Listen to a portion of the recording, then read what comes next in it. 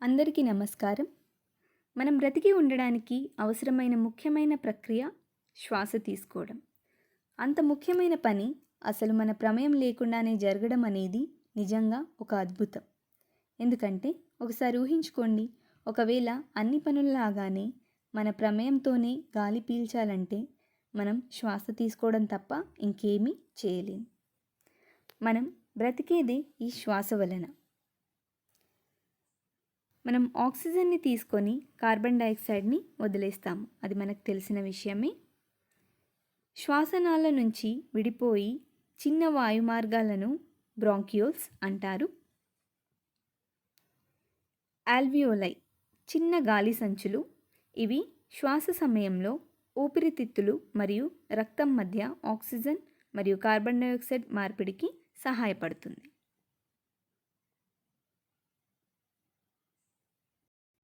శ్వాసకోశ వ్యాధి అనేది మానవ శ్వాసక్రియను ప్రభావితం చేసే శ్వాసనాళాలు మరియు ఊపిరితిత్తుల యొక్క ఏవైనా వ్యాధులు మరియు రుగ్మతలు.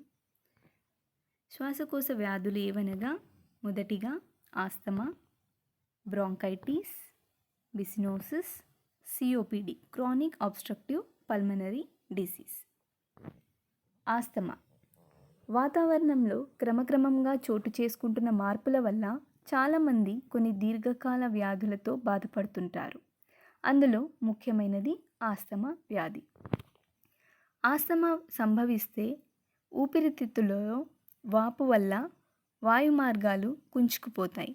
దీనివల్ల శ్వాసకు అడ్డంకులు ఏర్పడి సరిగ్గా గాలి తీసుకోలేక ఇబ్బంది పడతారు. ఇది ముఖ్యంగా వానాకాలం, శీతాకాలం ఈ సమస్యను మరింతగా చూస్తాము. శ్వాసనాళాలు సంకోచించి వాపు మూలంగా శ్లేష్మం ఎక్కువగా తయారై ఊపిరికి అడ్డుకుంటాయి. ఆస్తమా యొక్క కారణాలు. మన ముక్కులోకి, ఊపిరితిత్తులోకి శరీరానికి సరిపడని సూక్ష్మ పదార్థాలు గాలి ద్వారా లేదా ఆహారం ద్వారా ప్రవేశించినప్పుడు వాటికి ప్రతిచర్యగా శరీరం స్పందించి కొన్ని రకాల రసాయనాలను విడుదల చేస్తుంది. వీటి ప్రభావం వల్ల మన శ్వాసనాళాలు కుంచుకుపోతాయి. ఫలితంగా శ్వాస తీసుకోవడం కష్టమవుతుంది. అవేవనగా ఎండుగడ్డి, ఆకుపచ్చని బూజు, బీజరేణువులు, జన్యువులు లేదా వంశపారంపర్యంగా వచ్చే ఆస్తమా, దుమ్ము పీల్చడం, బొద్దింకలు, గుల్లచేపలు, వ్యాయామం, మందులు, సుగంధాలు, ధూమపానం, చల్లని గాలి, మానసిక ఆందోళన ఇవన్నీ ఆస్తమా యొక్క కారణాలు. ఆస్తమా యొక్క లక్షణాలు అవేవనగా శ్వాసలో గుర్రుగురుమనే శబ్దం రావడం, శ్వాస తీసుకోవడంలో ఇబ్బందిగా ఉండడం, ఛాతి పట్టినట్లుగా ఉండడం, దగ్గు, ఆయాసం మరియు చెమట పట్టడం. ఆస్తమా యొక్క రోగ నిర్ధారణ విధానం. చర్మ అలర్జీ పరీక్ష, గరిష్ట ఎక్స్పిరేటరీ ప్రవాహం రేటు. ఇది శ్వాసనాళాల ద్వారా గాలి ప్రవాహాన్ని కొలుస్తుంది మరియు తద్వారా వాయు మార్గాల్లో అడ్డంకి స్థాయిని కొలుస్తుంది. ఎక్స్రే. తీవ్రమైన ఉబ్బసం కలిగి ఒకవేళ రోగి ఆసుపత్రిలో ఉన్నట్లయితే ఎక్స్రే శ్వాసలో గురుకకు సంబంధించిన సమస్యలను చూడడానికి సహాయపడుతుంది. రక్త పరీక్ష. రక్త పరీక్ష చేసినట్టయితే ఈస్నోఫిల్స్ ఎక్కువగా ఉండడంతో ఆస్తమా ఉందని నిర్ధారిస్తారు. Pulmonary function test. ఇది ఊపిరితిత్తులు ఎంత బాగా పనిచేస్తుందో కొలుస్తుంది. ఆస్తమా యొక్క నిర్వహణ లేదా చికిత్స. ఇన్హేలర్లు. ఇన్హేలర్ థెరపీ అనేది ఆస్తమా వ్యాధికి ప్రపంచవ్యాప్తంగా ఆమోదం పొందిన అత్యుత్తమ చికిత్స విధానం. దీనివల్ల నేరుగా మందు వాయు మార్గం నుంచి ఊపిరితిత్తులోనికి వెళ్ళి తక్షణం పనిచేస్తుంది. తర్వాత మందులు. లోతైన శ్వాస మరియు దగ్గు వ్యాయామం. ఆస్తమా యొక్క నివారణ. ఆస్తమా రాకుండా ఉండగలగడానికి తీసుకోవాల్సిన జాగ్రత్తలు. ధూమపానానికి దూరంగా ఉండాలి. దుమ్ము ధూళికి దూరంగా ఉండాలి. ఇంట్లో బూజు దులపడం వంటివి ఆస్తమా ఉన్నవారు చేయకూడదు. ఇల్లు పరిసరాలు శుభ్రంగా ఉంచుకోవాలి. పెంపుడు జంతువులకు దూరంగా ఉండాలి. శీతల పానీయాలు, ఐస్ క్రీములు, ఫ్రిడ్జ్ వాటర్ వంటి పడని పదార్థాలకు దూరంగా ఉండాలి. తేమ తక్కువ ఉండేలా చూసుకోవాలి. ఆహారాన్ని కప్పి ఉంచాలి. టీకా వేయించుకోవాలి. తద్వారా రోగనిరోధక శక్తి పెరుగుతుంది. ఆస్తమా వచ్చినప్పుడు ఇంట్లో చేయాల్సిన పనులు: దాల్చిన చెక్క మరియు తేనె, ఆవాల నూనె మరియు కర్పూరం. ఆస్తమా వచ్చినప్పుడు వీటిని కలిపి ఛాతీకి మర్దన చేసినట్లయితే ఆస్తమా యొక్క ఛాతీ నొప్పిని తగ్గించవచ్చు. వెల్లుల్లి పాలు 8 నుంచి 10 వెల్లుల్లి పాలలో మరిగించుకొని వెల్లుల్లి పాలు తాగాలి. ఆస్తమాకు 5 ఆహారాలు. మొదటిగా పాలకూర. దీంట్లో ఉన్న మెగ్నీషియము ఆస్తమా లక్షణాలని తగ్గిస్తుంది. రెడ్ క్యాప్సికమ్, ఇది సి విటమిన్ కలిగి ఉంటుంది.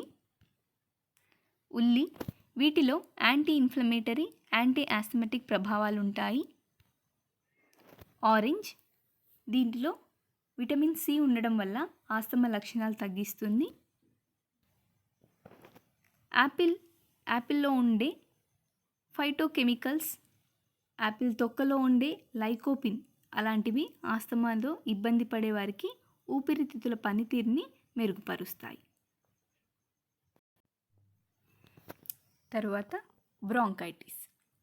నోరు, ముక్కు మరియు ఊపిరితిత్తుల మధ్య గాలి మార్గాలైన శ్వాసనాళాలు బ్రాంకై యొక్క వాపును బ్రాంకైటిస్ అంటారు. ఇందులో చూసినట్టయితే బ్రాంకై శ్వాసనాళాలు అది వాయడాన్ని బ్రాంకైటిస్ అంటారు. బ్రాంకియల్ ట్యూబ్స్, బ్రాంకి యొక్క వాపుని బ్రాంకైటిస్ అంటారు. బ్రాంకైటిస్ 2 రకాలు. ఫస్ట్ వన్ తీవ్రమైనది, సెకండ్ వన్ దీర్ఘకాలికమైనది. తీవ్రమైనది తక్కువ వ్యవధిలో ఉంటుంది మరియు సాధారణంగా ఫ్లూ వంటి జలుబు లేదా వైరల్ ఇన్ఫెక్షన్ తర్వాత సంభవిస్తుంది. ఇది 3 నుండి 4 రోజుల నుండి 3 నుండి 4 వారాల వరకు ఉంటుంది. దీర్ఘకాలికమైంది, ఇది బ్రాంకైటిస్ యొక్క నిరంతర రూపం. ఇది 3 నెలల వరకు లేదా 2 సంవత్సరాల వరకు ఉంటుంది. ఇది పదే పదే చికాకు మరియు ఊపిరితిత్తుల మరియు వాయుమార్గ కణజాలం దెబ్బతినడం వల్ల సంభవిస్తుంది మరియు వాయు కాలుష్యం, దుమ్ము మరియు పొగల వల్ల వస్తుంది. బ్రాంకైటిస్ యొక్క కారణాలు: మొదటిగా వైరస్, బ్యాక్టీరియా, వాయు కాలుష్యం, ధూళికి బహిర్గతం అవ్వడం, ధూమపానం. ఇక్కడ చూసినట్టయితే ధూమపానం తాగిన వారిది, తాగని వారిది ఊపిరితిత్తులు ఎలా ఉన్నాయో చూడగలుగుతాం. బ్రాంకైటిస్ యొక్క లక్షణాలు: శ్వాసనాళముల వాపు, ఊపిరి ఆడకపోవడం, జ్వరం మరియు చలిగా ఉండడం, ముక్కు కారడం లేదా జలుబు, అలసటగా ఉండడం, పొడి దగ్గు, ఛాతీ నొప్పి,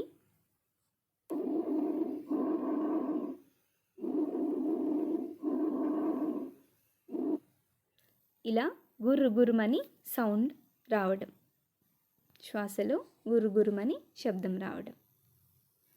బ్రాంకైటిస్ యొక్క రోగ నిర్ధారణ విధానం: ఎక్స్రే, రక్త పరీక్ష, కఫం పరీక్ష, పల్మనరీ ఫంక్షన్ టెస్ట్.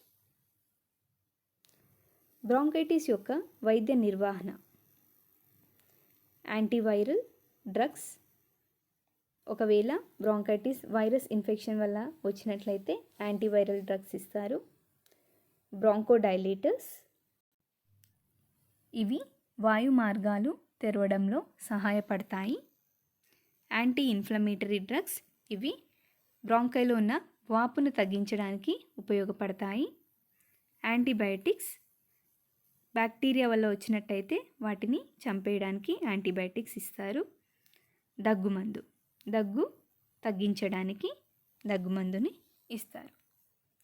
బ్రాంకైటిస్ యొక్క నివారణ: చేతులు శుభ్రంగా చేసుకోవడం, టీకాలు వేసుకోవడం, ముఖానికి మాస్క్ ధరించడం, విశ్రాంతి తీసుకోవడం, ఊపిరితిత్తుల చికాకులను నివారించడం. గోరువెచ్చని నీళ్ళతో చిటికెడు ఉప్పు వేసుకొని పొక్కలించుకోవడం, తేనె తీసుకోవడం, యూకలిప్టస్ టీ లేదా నీలగిరి ఆకు టీ తాగడం వల్ల బ్రాంకైటిస్ని నివారించవచ్చు. తర్వాత బిసినోసిస్. బిసినోసిస్ సాధారణంగా నూలు మరియు బట్టల తయారీ పరిశ్రమాల్లో పనిచేసే వస్త్ర కార్యక్రమంలో సంభవిస్తుంది. బిసినోసిస్ అనేక ఇతర పేర్లతో కూడా పిలుస్తారు. వీటిలో పత్తి కార్మికుల ఊపిరితిత్తులు, గోధుమ ఊపిరితిత్తుల వ్యాధి, సోమవారం జ్వరం, మిల్లు జ్వరం, వస్త్ర కార్మికుల ఊపిరితిత్తులు. బిసినోసిస్కి ఎవరు గురి అవుతారు? ముఖ్యంగా 20 సంవత్సరముల పైగా మిల్లులో పనిచేసేవారు, బ్రాంకైటిస్ ఉన్నవారు, ఆస్తమా ఉన్నవారు, వస్త్ర కార్మికులు, శ్వాసకోశ అలర్జీ ఉన్నవారు వీటికి గురి అవుతారు. బిసినోసిస్ యొక్క లక్షణాలు: ఊపిరితిత్తుల పనితీరు బలహీనపడుతుంది, శ్వాసకోశ అలర్జీ ఉంటుంది, ఉబ్బసం, పొడి దగ్గు, శ్వాసలోపం, జ్వరం, అలసట, ఛాతీలో పట్టేసినట్టుగా ఉండడం, కండరాల నొప్పులు, వణుకు. బిసినోసిస్ ఉన్నవారికి కండరాల నొప్పులు ఎక్కువగా ఉంటాయి. బిసినోసిస్ యొక్క నివారణ: మాస్క్ ధరించడం, ధూమపానానికి దూరంగా ఉండడం, మెరుగైన వెంటిలేషన్ కలిగి ఉండడం, లోతైన శ్వాస మరియు దగ్గు వ్యాయామాలు చేయడం, దీర్ఘకాలిక ఎక్స్పోజర్ను నివారించడం. అంటే చాలా సంవత్సరాల నుంచి ఒకవేళ ఎక్స్పోజ్ అయినట్లయితే అక్కడి నుంచి తప్పుకోవాలి. బిసినోసిస్ ఉన్నవారు నెబులైజర్ పెట్టుకునడం ద్వారా శ్లేష్మం లేదా కఫం సన్నబడడానికి సహాయపడుతుంది. శ్వాస వ్యాయామాలు చేయడం, ఇలా 5 సార్లు ఊపిరి బయటికని హోల్డ్ చేసి మరలా శ్వాస తీసుకోవడం. Broncho dilators. బిసినోసిస్ యొక్క నిర్వహణ: ఆక్సిజన్ థెరపీ, కార్టికోస్టీరాయిడ్స్. స్టీరాయిడ్స్ వల్ల వాయుమార్గ వాపును తగ్గించబడుతుంది. తర్వాత COPD, chronic obstructive pulmonary disease. Chronic obstructive pulmonary disease భారతదేశంలో మరణాలకు 2వ ప్రధాన కారణం. దేశంలో కనీసం 50 మిలియన్ల మంది ప్రజలను క్రానిక్ బ్రాంకైటిస్ వలన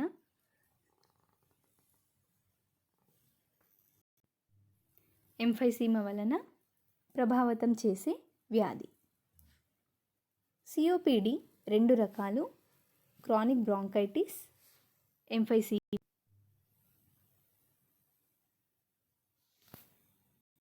క్రానిక్ బ్రాంకైటిస్ని దీర్ఘకాలికమైన బ్రాంకైటిస్ అంటారు. ఇందులో శ్వాస మార్గాలు చికాకుకు గురవుతాయి, వాపు లక్షణాలు కనిపిస్తాయి. సిఓపిడి బారిన పడ్డ చాలామందిలో ఇవి 2 కలిసే ఉంటాయి. రెండవది ఎంఫైసీమా. ఇందులో ఊపిరితిత్తుల లోపలి కణజాలం క్షీణిస్తుంది. ఇక్కడ చూసినట్టయితే ఇది చిన్నగా క్షీణించిపోయి పని చేయకుండా ఉంటుంది. సిఓపిడి యొక్క కారణాలు: ధూమపానం ఇందులో మరీ రోజుకి 20 సిగరెట్ల కంటే ఎక్కువ తాగిన వ్యక్తులు ఉంటారు. వాయు కాలుష్యం, వృత్తి ఎక్స్పోజర్, జన్యుపరమైన సమస్య. సిఓపిడి ముఖ్యంగా 40 సంవత్సరాలు పైబడిన వారిలో వస్తుంది. అది కూడా మగవారిలో ఉంటుంది. ఇక్కడ చూసినట్టయితే హెల్దీ లంగ్, సిగరెట్ తాగేవారి లంగ్, ఊపిరితిత్తులు. సిఓపిడి యొక్క లక్షణాలు: కఫంతో కూడిన దగ్గు, బరువు తగ్గడం, ఛాతీ నొప్పి, మెట్లు ఎక్కలేకపోవడం, తేలికపాటి వ్యాయామాలు కూడా శ్వాస తీసుకోవడంలో ఇబ్బందిని కలిగిస్తాయి, ఊపిరి ఆడకపోవడం, జలుబు, ఫ్లూ లేదా ఇతర శ్వాసకోశ వ్యాధులు క్రమం తప్పకుండా రావడం, చర్మం నీలం రంగులోనికి మారడం. సిఓపిడి యొక్క నివారణ: మందుల చికిత్స, బ్రాంకోడైలేటర్స్, కార్టికోస్టీరాయిడ్స్, ఇన్హేలర్స్, యాంటీబయాటిక్స్. ఒకవేళ కార్టికోస్టీరాయిడ్స్ ఇచ్చినట్టయితే స్టీరాయిడ్స్ లోపల వాపును తగ్గిస్తుంది కదా, ఇన్హేల్ స్టీరాయిడ్స్ ద్వారా ఇక్కడ వాపును తగ్గించగలుగుతాం. సిఓపిడి యొక్క నివారణ: చేతులు శుభ్రం చేసుకోవడం, టీకాలు వేసుకోవడం, ముఖానికి మాస్క్ ధరించడం, ఆరోగ్యకరమైన బరువు కలిగి ఉండడం, రద్దీగా ఉండే ప్రదేశాలను నివారించడం. సిఓపిడి యొక్క నిర్వహణ: ధూమపానంని మానివేయడం. ఎందుకంటే ఇది సిఓపిడికి ముఖ్య కారణం. ఇంకా ఎక్కువగా నీరు త్రాగాలి. దీని ద్వారా కఫం సన్నగా అయిపోయి బయటికి రాగలుగుతుంది. పర్స్డ్ పెదవి శ్వాస, పర్స్డ్ లిప్ బ్రీతింగ్ అంటారు. ఇందులో ముక్కు ద్వారా గాలి పీల్చుకొని లిప్స్ని లేదా పెదవులను ఇందులో చూపెట్టినట్టుగా పెట్టుకొని శ్వాస మెల్లగా బయటికి వదలాలి.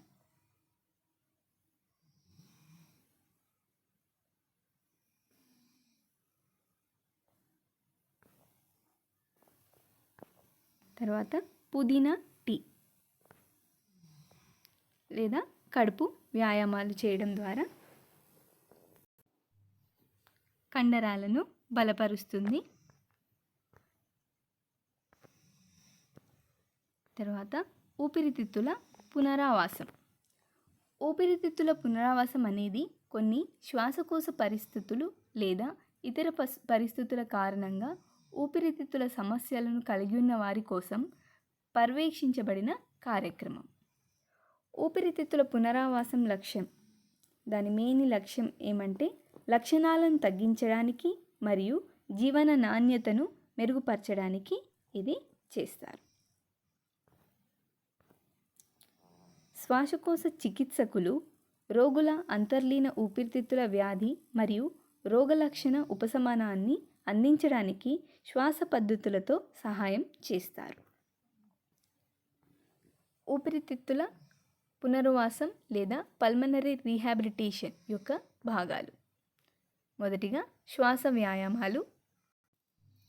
ఇందులో పర్స్డ్ లిప్ బ్రీతింగ్ లేదా పర్స్డ్ పెదవి వ్యాయామం ద్వారా ఊపిరితిత్తుల నుంచి కఫం బయటికి తీయడానికి ఉపయోగపడుతుంది.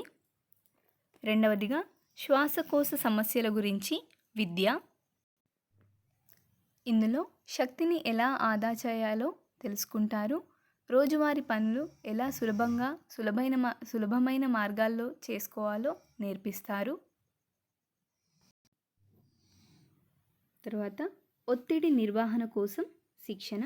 ఎందుకంటే ఒత్తిడి ద్వారా కూడా అనేక శ్వాసకోశ వ్యాధులు వస్తున్నాయి కాబట్టి ఒత్తిడిని ఎలా తగ్గించుకోవాలో దానికోసం శిక్షణ.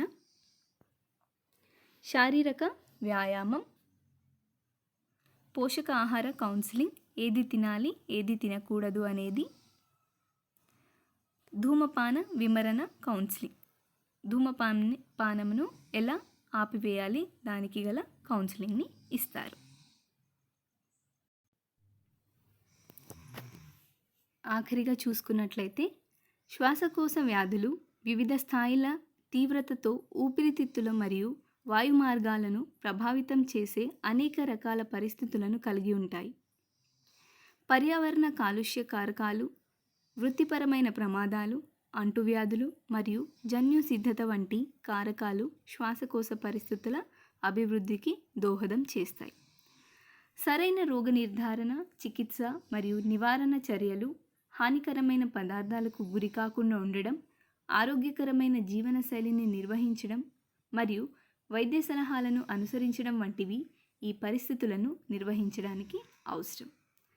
ప్రారంభ జోక్యం లక్షణాలను నియంత్రించడంలో, ఊపిరితిత్తుల పనితీరును మెరుగుపరచడంలో మరియు సమస్యలను నివారించడంలో సహాయపడుతుంది. ప్రభావిత వ్యక్తులకు మరుగైన జీవన నాణ్యతను ప్రోత్సహిస్తుంది. ధన్యవాదములు.